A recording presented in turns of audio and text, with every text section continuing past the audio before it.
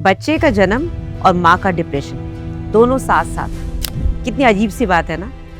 जब किसी घर में नए बच्चे का जन्म होता है तो चारों तरफ खुशियों का माहौल होता है। मिठाइयाँ बंटती हैं, रिश्तेदार आते हैं, गिफ्ट्स लेकर आते हैं, बच्चे के साथ खेलते हैं, बच्चे के नैन नक्श मिलाते हैं, किस पे गया है, माँ बाप पे गया है, दादा दादी पे गया है, ये सब चल रहा होता है। सब बहुत खुश होते हैं और सब बच्चे के साथ अपना टाइम बिता रहे होते हैं। लेकिन वहाँ कमरे में कोने में बैठी एक माँ अकेली, उसका क्या? ये औरत, ये लेडी अभी एक बहुत बड़े इमोशनल और फिजिकल बदलाव से गुजर के आई है। उसके बावजूद सबका ध्यान बच्चे पे है और ये अपने आप को कहीं ना कहीं बिल्कुल अंदर से खाली, अकेली और उदास महसूस कर रही है। नमस्कार, मैं हूँ डॉक्टर सोनल परिहार और आज मैं एक बहुत ही इम्पोर्टेंट टॉपिक पे बात करने वाली हूँ। एक ऐसा टॉपिक जो कि हमारी कंट्री में बहुत कम डिस्कस किया जाता है, क्योंकि या तो लोग इसको मानते ही नहीं, समझते ही नहीं कि ऐसा भी कुछ होता है, या फिर ये एक टबू है, इसके बारे में बात करना ही नहीं है। ये होता है पोस्टपार्टम डिप्रेशन, यानी कि क्लिनिकल उदासी।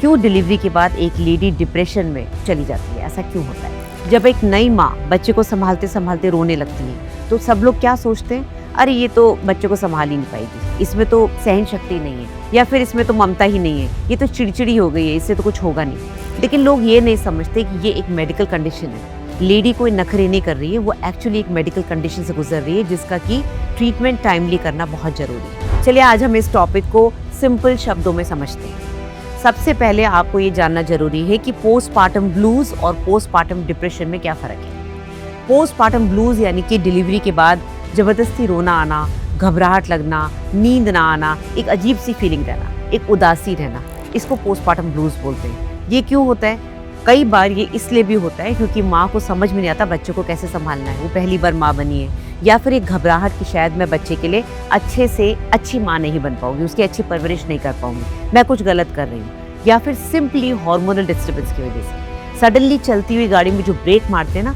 वही होता है बॉडी में। 9-10 महीने तक जब बच्चा पेट में होता है तो ईस्ट्रोजन प्रोजेस्टेरोन का लेवल इतना हाई होता है, सडनली डिलीवरी के बाद ये हार्मोन ऐसे गिरते हैं, शट डाउन होता है, तो बॉडी में शिवरिंग होती है। आपने देखा होगा डिलीवरी के बाद कई बार जिन लोगों की डिलीवरी हुई है आपको शिवरिंग हुई होगी। दैट इज बिकॉज प्लासेंटा निकलता है, आवल निकलने से सारे हार्मोन्स ड्रेन आउट होते हैं, तो आपकी बॉडी भी ड्रेन आउट हो रही है, तो इसी वजह से आपको इतनी उदासी और इतनी घबराहट हो रही है। पोस्टपार्टम ब्लूज जनरली डिलीवरी के बाद 10-12 दिन तक चलते हैं, उसके बाद बॉडी एडजस्ट कर जाती है, और ये एडजस्टमेंट तब होता है जब माँ को प्रॉपर सपोर्ट मिलता है अपने हस्बैंड का और घर वालों का। अगर ये मूड चेंजेस, ये घबराहट, ये उदासी 2 हफ्ते के बाद भी कंटिन्यू कर रही है, इसका मतलब वो लेडी डिप्रेशन में जा रही है। यानी कि उसको बच्चे को उठाने में डर लगेगा, बच्चे को दूध पिलाने में डर लगेगा, उसको हमेशा एक टेंशन रहेगी कि मैं एक अच्छी माँ नहीं हूँ। रात में बच्चा रोएगा तो वो उसको संभालने के बजाय खुद रोने लगेगी, और कई बार बच्चे को गोद में उठाने से भी मना कर देगी। इसको बोलते हैं पोस्टपार्टम डिप्रेशन, और ये जनरली या तो उन लोगों को होता है जिनको घर में कोई सपोर्ट नहीं है, जो बिल्कुल अकेली पड़ गई हैं और हर बात के लिए उन्हीं को बोला जा रहा है कि वो गलत है, या फिर कई बार बच्चे के जेंडर में चेंजेस होने की वजह से भी माँ परेशान हो जाती है। जैसे फॉर एग्जांपल लड़की की चाहती लड़का हो गया, लड़के की चाहती लड़की हो गई, या बच्चे में कोई और प्रॉब्लम है जिस वजह से माँ अपने ऊपर गिल्ट ले लेती है कि मेरी वजह से ये प्रॉब्लम्स हुई है। या फिर कुछ इमोशनली लबाइल लेडीज़ होती हैं जो मेंटली बहुत स्ट्रॉन्ग नहीं होती हैं, उनको ये डिप्रेशन आ जाता है। ऐसे में लेडी वही फील करती है जो एक डिप्रेस्ड पेशेंट फील करता है। उसको लगता है उसकी लाइफ बिल्कुल ख़त्म हो गई है और वो अंधेरे कुएं में गिरती चली जा रही है। अब सवाल ये उठता है कि इस चीज़ को और कैसे बिगाड़ती है सोसाइटी और सोशल मीडिया। सोशल मीडिया पे इन्फ्लुएंसर्स 10 दिन बाद अपना बेबी बम दिखाती हैं कि वो एकदम से पतली हो गई, they are perfect to start working now, उनका बच्चा चुपचाप लेटा हुआ है, हंस रहा है, रो भी नहीं रहा है, और घर एकदम साफ सुथरा है, एकदम सब कुछ नॉर्मल है। ये देखकर कोई भी लेडी जो डिप्रेस्ड है थोड़ा सा और डिप्रेशन में जाएगी। ये जो एक पिक्चर परफेक्ट मदरहुड दिखाया जाता है सोशल मीडिया पे, ये बिल्कुल झूठ है। सच ये है कि 10 से 12 दिन, 15 दिन, कभी कभी 1 महीना पेशेंट जो डिलीवरी से अभी उठी है वो बहुत थकी हुई होती है, डरी हुई होती है, उसकी बॉडी में इतना दर्द होता है, उसको कहीं भी वो जो पिक्चर परफेक्ट जो एक फेस होता है वो नहीं मिलता है। It takes time. 2-3 महीने बाद चेहरे की ब्लोटिंग जाती है, बॉडी वापस नॉर्मल शेप में आना शुरू करती है और वापस से ताकत आती है बॉडी। तो प्लीज़ इस इल्यूजन में ना पड़े कि मेरे को बिल्कुल परफेक्ट होना है 10 दिन में या 15 दिन में, क्योंकि ये जो सोशल मीडिया पे आप देखते हैं ये सरासर इल्यूजन है, ये झूठ है, क्योंकि आप उसको देखकर अपने आप को ब्लेम करती है कि मुझे भी वैसा ही होना है, जो कि पॉसिबल नहीं है। ना नींद पूरी हो रही है, आंखों के नीचे डार्क सर्कल्स आ रहे हैं, बॉडी में ताकत नहीं है, आपका पूरा फोकस नींद लेने में, अपने बच्चे को दूध पिलाने में और बच्चे की केयर में जा रहा है। तो क्या करना है आपको? सबसे पहले अपने आप को ब्लेम देना बंद करिए। अगर आप ये वीडियो देख रही हैं और आप एक नई माँ बनी हैं तो आपको सुपर वुमन बनने की ज़रूरत नहीं है। आपकी बॉडी में दर्द है, आप मेडिसिन लीजिए, आप रेस्ट करिए, आप हेल्प मांगिए। घर गंदा है, कोई बात नहीं, किसी और से क्लीन करा लीजिए। खुद को कुछ नहीं करना है, खुद को सिर्फ बच्चे का ध्यान देना है, अपनी नींद और अपने खाने का ध्यान देना है। इस समय सबसे बड़ा सपोर्ट होता है आपके परिवार का और सबसे ज़्यादा आपके हस्बैंड का, आपके पार्टनर का, क्योंकि वो बच्चा आप दोनों का है। कितने कपल्स ने आजकल बोलना शुरू किया कि we are pregnant. Nobody says my wife is pregnant, they say they are pregnant because they are going to produce a baby. तो बेसिकली आपके हस्बैंड की बहुत बड़ी जिम्मेदारी है।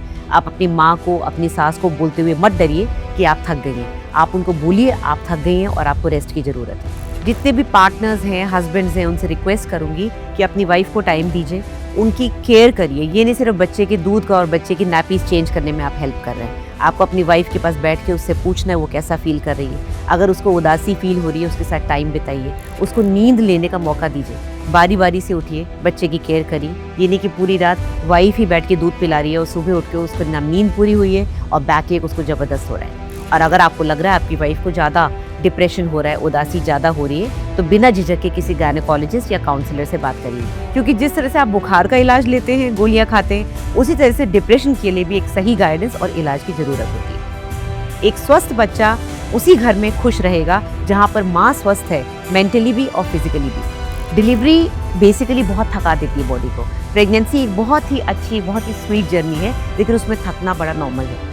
तो प्रेगनेंसी के सुंदर सफ़र का अंत भी सुंदर ही होना चाहिए। ये नहीं कि पूरा ध्यान बच्चे पे दे रहे हैं और माँ का बिल्कुल ध्यान नहीं रख रहे। आई होप आपको ये वीडियो पसंद आया हो और आपने इसको ऑलरेडी शेयर कर दिया हो किसी ऐसे परिवार के साथ जहाँ पर एक नए बच्चे का जन्म हुआ है। तो अगर आपको कुछ क्वेश्चंस पूछने हैं या इससे रिलेटेड कुछ बातें करनी है तो नीचे दिए गए कमेंट बॉक्स में ज़रूर लिखिएगा। मैं पूरी कोशिश करूँगी पर्सनली उसका जवाब दूँ। चलिए मिलते हैं नई वीडियो में। अगर आपको मेरे से पर्सनली कंसल्ट करना है, इंडिया में कहीं भी बैठे बैठे या इंडिया से बाहर अगर आप सेटल्ड हैं, आपको मेरे से जूम कॉल करनी है, व्हाट्सएप वीडियो कॉल या वॉइस कॉल करनी है, बोटिम पे बात करनी है, ये सारी फैसिलिटीज़ अवेलेबल है। आपको सिर्फ इस नंबर पे व्हाट्सएप करना है, कॉल नहीं करना है। आपको 1 से 2 दिन के अंदर मेरा अपॉइंटमेंट मिल जाएगा। या फिर आप डायरेक्टली मेरी वेबसाइट पे जाके कंसल्ट डॉक्टर सोनल पे जाके बुकिंग ले सकते हैं। बुकिंग करने के लिए अगर आपने पेमेंट कर दिया है तो उसका स्क्रीनशॉट लेके आप इस नंबर पे भेज दीजिए। टेक केयर, अपनी फैमिली का ध्यान रखिए और जल्दी मिलते हैं नए वीडियो में।